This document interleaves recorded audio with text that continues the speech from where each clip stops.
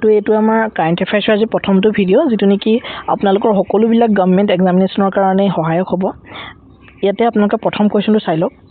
যে according to reserve bank of India data Assam recorded approximately what GSDP growth over the last 5 years। তো ইয়াতে reserve বেংকে এটা কথা উল্লেখ কৰিছে, এটা ডাটা তেওঁলোকে পাব্লিছ কৰিছে যে লাষ্ট 5 yearsত গোটেই ইণ্ডিয়াৰ ভিতৰত অসম এখন ফাষ্টেষ্ট গ্ৰয়িং এখন ষ্টেট হিচাপে তেওঁলোকে ডিক্লেয়াৰ কৰিছে আৰু তেওঁলোকে ইয়াতে কৈছে যে অসমৰ GSDP টু লাষ্ট 5 yearsত 45% ইয়াতে ইনক্ৰিজ হৈছে বুলি তেওঁলোকে উল্লেখ কৰিছে। গতিকে শুদ্ধ উত্তৰটো হ'ব option C will be the correct answer. ইয়াতে চাওক 45% আছে শুদ্ধ উত্তৰ। As per RBI data, Assam achieved around 45% GSDP, which is significantly higher than national average. য'ত নেকি নেশ্যনেল যিটো GSDP থাকে তো এইটো প্ৰায় 29% হে আছে, য'ত নেকি অসমৰ যিটো GSDP বহুত বেছি ওপৰত আছে। গতিকে RBI এইটো ডাটাটো অনুসৰি তো এইটো খুব ভাল কথা হয়নে। তো ইয়াতে নেক্সট কুৱেশ্যনটো কুৱেশ্যন নম্বৰ 2ত আছে যে the national average GSDP growth over last 5 years is approximately, সেইটোতো কৈয়ে আহিলোঁ ডেছক্ৰিপশ্যনত আমি এক্সপ্লেনেশ্যনত পঢ়ি আহিছোঁ যে 29%। গতিকে শুদ্ধটো হ'ব অপশ্যন বি 29%। নেক্সট ইয়াতে চাওক আছে কি দিয়া আছে যে দিছে India's average GSDP growth during the same period is about 29% lower then Assam performance. তো অসমৰ পাৰফৰ্মেঞ্চতকৈও যিটো ইণ্ডিয়াৰ যিটো এভাৰেজ যিটো GSDP হয় এইটো বহুত বেছি কম হয়, সেইটো কথা ইয়াতে উল্লেখ কৰিছে। নেক্সট 3 নম্বৰ কুৱেশ্যনটো চাওক Assam recorded approximately what percentage of revenue growth over the last 5 years। তো অসমে লাষ্ট 5 yearsত ৰেভিনিউ গ্ৰ'থৰ ক্ষেত্ৰতো এটা উল্লেখযোগ্য তেওঁলোকে এটা অৱদান আগবঢ়াইছে, য'ত নেকি 53% ৰেভিনিউ গ্ৰ'থো ইয়াতে হোৱা দেখা গৈছে তো অসমত। তো ইয়াতে চাওক লিখি ৰাখিছোঁ যে Assam achieve around 53% growth in revenue reflecting improve physical performance. ঠিক আছে। নেক্সট 4 নম্বৰ কুৱেশ্যনটো কি দিয়া আছে আপোনালোকে সেইটো মন কৰি থওক যে এটা স্কিম আহিছিলে যে উদাসীন ভকত অসম চৰকাৰে এটা স্কিম লঞ্চ কৰিছিলে যে উদাসীন ভকতসকলক তেওঁলোকে ফাইনেন্সিয়েল এছিষ্টেঞ্চ প্ৰভাইড কৰিব। আৰু এই উদাসীন ভকতসকল যিসকল মংশয় বা যিকোনো ধৰণৰ সত্ৰ বা মনিষ্ট্ৰিজ এনেকুৱাবিলাকত থাকে, সংসাৰৰ মায়ামোহৰ পৰা আঁতৰি শংকৰদেৱৰ যিখিনি তেওঁলোকে অৱদান সেই অৱদানখিনি আগুৱাই যোৱাত তেওঁলোক ব্যস্ত থাকে। তো সেই যিসকল ভকত সেই উদাসীন ভকতসকলক তেওঁলোকে মান্থলি 1500 টকাকৈ এটা ফাইনেন্সিয়েল এছিষ্টেঞ্চ দিয়াৰ কথাও উল্লেখ কৰিছিলে। গতিকে 1500 হ'ব শুদ্ধ উত্তৰ। ইয়াতে যদি চাওক the scheme provides 1500 per month to support উদাসীন ভকত। ঠিক আছে। নেক্সট আমি যাম নেক্সট কি দিয়া আছে আপোনালোকে সেইটো চাওক। নেক্সট আছে আৰু এটা স্কিম অসম গভৰ্ণমেণ্টৰ এটা scheme Etikoli Dutipat scheme is related to which sector. এটিকলি দুটিপাত স্কিমৰ যিটো নাম সেই নামটো দেখি গমেই পাইছে এটিকলি দুটিপাত আমি কৈ থাকোঁ। তো এইটো টি ইণ্ডাষ্ট্ৰীৰ লগত জড়িত আৰু এইটো অসম গভৰ্ণমেণ্টে লঞ্চ কৰিছে। তো অপশ্যন বিটো হ'ব শুদ্ধ উত্তৰ। ইয়াতে এটা ওৱান টাইম এটা ফাইনেন্সিয়েল এছিষ্টেঞ্চ দিয়া হৈছিলে টি ৱৰ্কাৰসকলক। কিয় দিয়া হৈছিলে the scheme targets tea garden workers marking 200 years of the Assam tea industry. যিহেতু 1823 চনতে ৰবাৰ্ট বুছৰ দ্বাৰা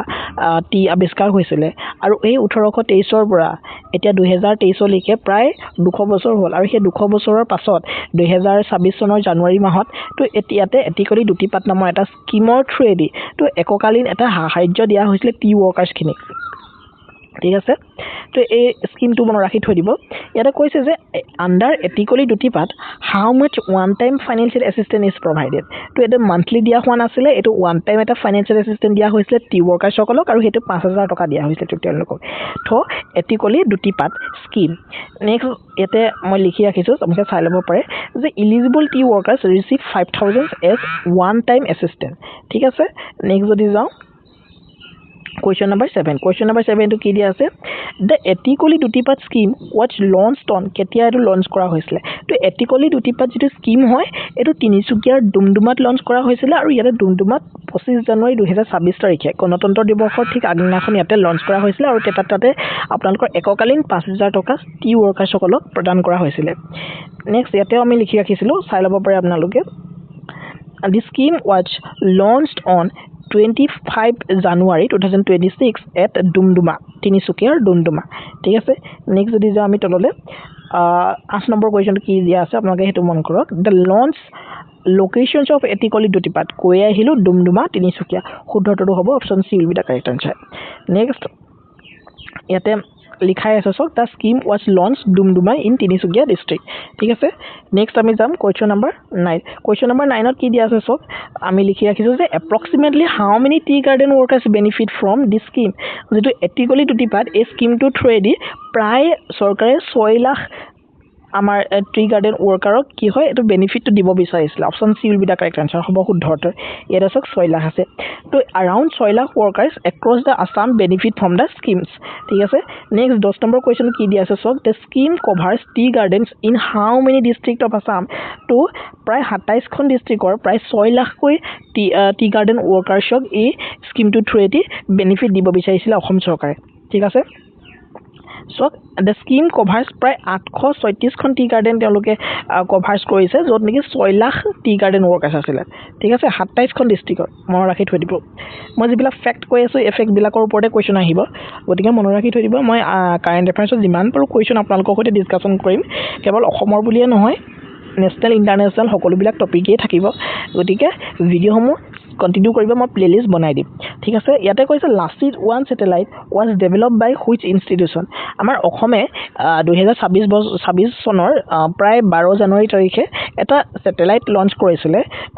উইথ দা হেল্প অফ আমাৰ যিখন আসাম ডন বস্কো ইউনিভাৰ্সিটি আছে তো তাৰ এজন প্ৰফেসৰ আৰু তাৰ ছাত্ৰ ছাত্ৰীৰ এটা টিমে তো এটো কৰিছিলে তো সেই যেটো স্যাটেলাইট আছিল সেই স্যাটেলাইটৰ নাম আছিল লাচিত ওৱান বহুত বেছি ইম্পৰ্টেন্ট লাচিত ওৱান নামৰ এটা স্যাটেলাইট লঞ্চ কৰা হৈছিলে কিন্তু বেডলাকৰ কাৰণে তেওঁলোকৰ বাৰু এটো থাৰ্ড ষ্টেজত এটো লষ্ট হৈ গৈছে বাট তথাপি আসাম ডন বস্কো ইউনিভাৰ্সিটি হ'ব শুদ্ধটো যেটো নেকি এটো ডেভেলপ কৰিছিলে এটো বহুত এটা গৌৰৱৰ কথা নহয় জানো হেৰেছক the satellite was developed by Assam Don Bosco University ঠিক আছে marking a milestone for Assam ঠিক আছে next Lachit one was launched on কেতিয়া লঞ্চ কৰা হৈছিল মই কৈ আহিলো 12 জানুৱাৰী 2026 তাৰিখে লাচিত ওৱান টো লঞ্চ কৰা হৈছিল ঠিক আছে বুজি পাইছে এটা সব খুব সুন্দৰকৈ লিখা আছে the satellite was launched on 12 January 2026 next 13 number question কি আছে লাচিত ওৱান stands for এটা লাচিত ওৱান স্যাটেলাইটস টো আমাৰ এতিয়া তেওঁলোকে পঠাইছিলে হেতুটো আমি গম পালো যে আসাম ডন বস্কো ইউনিভাৰ্সিটি এটো ডেভেলপ কৰি পঠাইছিলে কিন্তু লাচিত ওৱান মানে ফুল ফৰ্মটো কি হয় আমি জানিব লাগিব অপচন 4টা আছে ডেফিনেটলি আপোনালোকে বুজি পোৱা নাই কোনটো হ'ব শুদ্ধতৰ অপচন এ আছে লাইফ এডভান্স কমিউনিকেশন হাব নো এটো নহয় অপচন বি আছে life amateur communication hub for innovative technology yes option B will be the correct answer হ'ব আৰু অপচন সি আৰু অপচন ডি টো ভুল হ'ব অপচন বি টো হ'ব শুদ্ধতৰ ঠিক আছে এটা সব life amateur communication hub for technology innovative technology ইয়াতে লাচিত ওৱান হ'ব শুদ্ধতৰ ঠিক আছে next question number 14 question number 14 ত আছে Lachit one was launch via which vehicle তো এই লাচিত ওৱান যেটো স্যাটেলাইট আছিল এটো লঞ্চ কৰা হৈছিল থ্ৰু PSLV C62 যিখন ভেহিকল আছিল তো এখনৰ থ্ৰুৱেদি এটো লঞ্চ কৰা হৈছিল যেটো PSLV মানে হৈছে পোলাৰ স্যাটেলাইট লঞ্চিং ভেহিকল ঠিক আছে C62 এটা সক it was launched using PSLV C62 one of ISRO trusted launch vehicle ঠিক আছে নেক্সট কোৱেশ্চন নম্বৰ 15 ত আমি যাম কোৱেশ্চন নম্বৰ 50 ত আছে দা আষ্ট্ৰা প্ৰগ্ৰাম stands for এটা আষ্ট্ৰা প্ৰগ্ৰামটো কি হয় আসলে এই লাচিত ওৱান যেটো স্যাটেলাইট হয় এই স্যাটেলাইটটো লঞ্চ কৰিছিলে ডেভেলপ কৰিছিলে আমাৰ যিখন আসাম ডন বস্কো ইউনিভাৰ্সিটি আৰু এটো লঞ্চ কৰিছিলে আপোনালোকৰ ধ্ৰুব এটা স্পেস এটা প্ৰাইভেট অৰ্গানাইজেচন যেটো নেকি প্লেটফৰ্ম হয় তো এই প্লেটফৰ্ম টু থ্ৰুৱেদি তো তেওঁলোকৰ এটা প্ৰগ্ৰাম আছে এই প্ৰগ্ৰামটো হৈছে আষ্ট্ৰা প্ৰগ্ৰাম তো এই আষ্ট্ৰা প্ৰগ্ৰামটো থ্ৰুৱেদি এটো আসলে লঞ্চ কৰা হৈছিল আৰু এই আষ্ট্ৰা প্ৰগ্ৰামটোৰ ফুল মিনিংটো আমাক কি সুধিব পাৰে হয়নে ইয়াৰ 4টা অপচন আছে অপচন এ আছে advance space technology research agency option B আছে academic technology research accelerator option D আছে applied satellite technology research agency আৰু অপচন ডি আছে এৰোস্পেস সায়েন্স ট্ৰেইনিং একাডেমি শুদ্ধটো অপচন বি টো হ'ব উত্তৰ academic space technology and research accelerator ঠিক আছে মনত ৰাখি থৈ দিব ইয়াতে Astra is an initiative to support academic satellite missions. Next 16 number কোৱেশ্চনটো মনত ৰাখিব কি আছে Lasit 1 was launched through which platform মই কৈ আহিলো ধ্ৰুৱ স্পেচ স্পীডত প্লেটফৰ্ম বুলি এটা প্লেটফৰ্ম আছে যিটো নেকি 2012 চনত লঞ্চ এটো সেটআপ কৰা হৈছিল আৰু এটো হেডকোৱাৰ্টাৰ আছে হায়দৰাবাদত ধ্ৰুৱ স্পেচ ডিপি ডট প্লেটফৰ্ম ঠিক আছে হেডকোৱাৰ্টাৰ কথা আমি আলোচনা কৰি আহিলো 17 নম্বৰ কোৱেশ্চনৰ হেডকোৱাৰ্টাৰ আছিল হায়দৰাবাদত মই কৈ আহিছো অপচন বি টো হ'ব শুদ্ধ উত্তৰ আৰু ইয়াক 2012 চনত কি কৰা হৈছিল এস্টাব্লিশ কৰা হৈছিল তো ঠিক আছে তো বুজি পাইছেন ইচ্ছা সকলো কোৱেশ্চনছ ইয়াতে 18 নম্বৰ কোৱেশ্চনটো কৈছে যে what happen to Lasit 1 during the mission তো কি হল Lasit 1 এটা সাকসেসফুল হল জানো নহয় এস Lasit 1 যিখন স্যাটেলাইট আছিল তো এখন লস্ট হৈছে during P3 stage P2 stage নহয় during P3 stage option D টো হ'ব শুদ্ধ উত্তৰ ঠিক আছে ডি টো হ'ব শুদ্ধ উত্তৰ ঠিক আছে the satellite was lost during the third stage of the launch vehicle ঠিক আছে next 19 নম্বৰ কোৱেশ্চন কি দিয়া আছে সব which organization is associated with EOS N1 satellite ইসৰো যেটো এটো ইনিশিয়েটিভ আছিল যত নেকি Lasit 1 স্যাটেলাইট গৈছিল তো সেই একেখন PSLV C62 তে আৰু এটা স্যাটেলাইট গৈছিল যেটো DRDO আছিল EOS N1 এটো DRDO এটা স্যাটেলাইট হয় তো এটো আছিল অপচন বি টো হ'ব শুদ্ধ উত্তৰ নেক্সট ইয়াৰ লগতে আৰু এটা স্যাটেলাইট আছিল যেটো নেকি আমাৰ ইন্ডিয়াৰ প্ৰথমটো আছিল যেটো স্যাটেলাইট আছিল স্যাটেলাইট ৰিফিউলিং ডেমনস্ট্ৰেচনৰ কাৰণে পঠাইছিল আইউল SAR মিশনস তো এটো হ'ব অপচন সি স্যাটেলাইট ৰিফিউলিং ডেমনস্ট্ৰেচনৰ কাৰণে এটো স্যাটেলাইট পঠোৱা হৈছিল গতিকে এই তিনিটা স্যাটেলাইটৰ লগতে মনত ৰাখি থব যেহেতু এগিটাও Lasit 1 স্যাটেলাইটৰ লগতে গৈছিল তো আইউল যেটো is an orbital refueling demonstrator এটা মিশন হয় ঠিক আছে মনত ৰাখি থৈ দিব নেক্সট এখিনিয়ে মই আজি কাৰেন্ট এফেয়াৰ্সৰ ভিডিওত ইনক্লুড কৰিছো পাছৰ ভিডিওত আৰু কোৱেশ্চন আহিব যেহেতু একটা ভিডিওতে লং কৰিবলৈ বিচৰা নাই কমকে আমি দি থাকিম এনে ধৰণে যদি ভিডিও ভাল পাই ডেফিনেটলি চেনেল সাবস্ক্ৰাইব কৰি বেল আইকনটো টিপি অল প্ৰেছ কৰিব ইয়াত সব প্ৰেক্টিস সেটৰ কোৱেশ্চনো থাকিব ইয়াতে মই এটা কোৱেশ্চন প্ৰেক্টিস সেটৰ কাৰণে আপোনাক দি দিছো আনসাৰটো পাৰিলে আমাক আপোনালোকে জনাবলৈ নাপাহৰিব কোৱেশ্চনটো হৈছে with reference to recent economic trends in Assam consider the following statements কেতিয়াবা স্টেটমেন্ট বেসিস কোৱেশ্চন এছাৰশন ৰিজনৰ কোৱেশ্চন আহিব পাৰে গতিকে মই পঢ়াই আহা যিখিনি পঢ়াই আহিলো ওপৰত হেখিনি ওপৰতে আছে গতিকে উত্তৰটো দিবলৈ আপোনালোকৰ কঠিন নহব এছাৰশনত আছে Assam has emerged as one of the fastest growing states in India in recent years here বুলি কৈছে এছাৰশনত আৰু ৰিজনত কৈছে according to Reserve Bank of India